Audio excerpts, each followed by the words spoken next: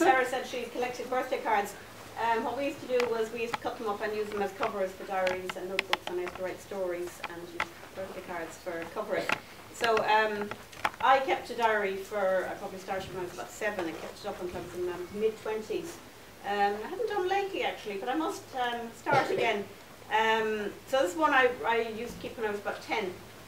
And it started off as something I had to do at school, and then I used to do it outside of school as well.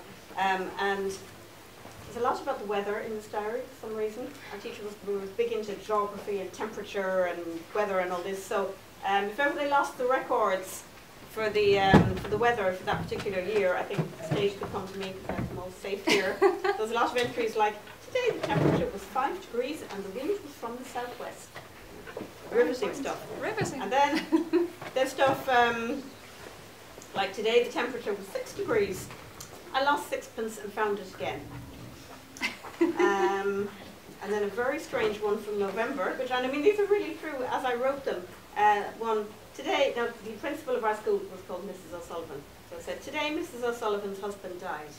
I thought I saw a pheasant, but it was only a pigeon. That's so weird. See why I write interesting books.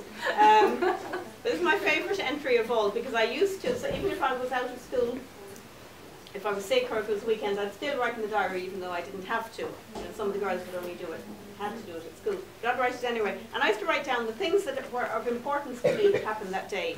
So every night I'd go to bed with my diary and I'd write down the best thing that happened to me and then so on down.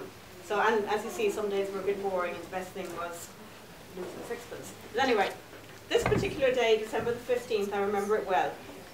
And the most important thing that happened to me was, today I was sick and I didn't go to school. I got a book called In the Third Form at Mallory Towers. Anyone read that one? Yeah, fantastic. And that was to me like, yay, it was worth being sick just to get that book. And then I had a little bit of space left at the end, so I wrote down something else that wasn't so important in my life. Today I got a new baby brother, which was to me less exciting than getting a Mallory Towers.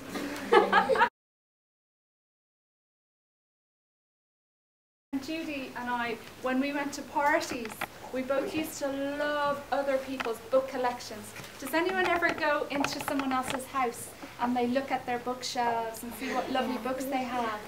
Yeah, well, Judy used to do that at parties. Tell them what you used to do at parties, Judy. I used to, because even though I was very happy and had a very lucky, happy childhood, the only problem was we never had enough books in our house for me because I used to read so fast and I read my older sister's books, my younger sister's books, but I never had enough. So when I went to a party, it was like, hey, opportunity. So back in my day, you couldn't go to a party in a tracksuit or a pair of jeans. You had to have a party dress. So I have my party dress when I was little. Aww. Yeah, I was very small, and it was a time in history when people wore very short dresses. So yeah, it was tiny. I mean, it probably came up to about here. So I was probably about. My mum said she thinks I was about 6. Really? Yeah. And I was also a very small child. Would you have little woolly tights on them? Or? No, I would have had little ankle socks with lace around the edges. So I was very. So I'd go to the party. My mum would brush my hair and wash my face and put on my beautiful little dress.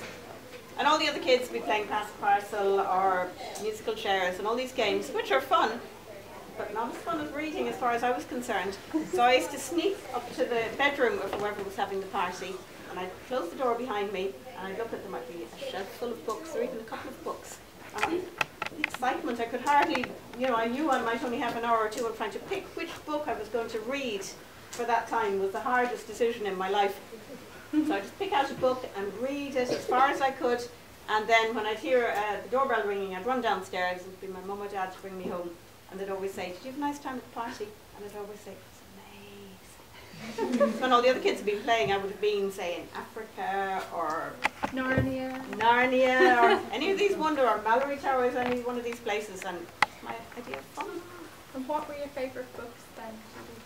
I had loads. I have one here actually that.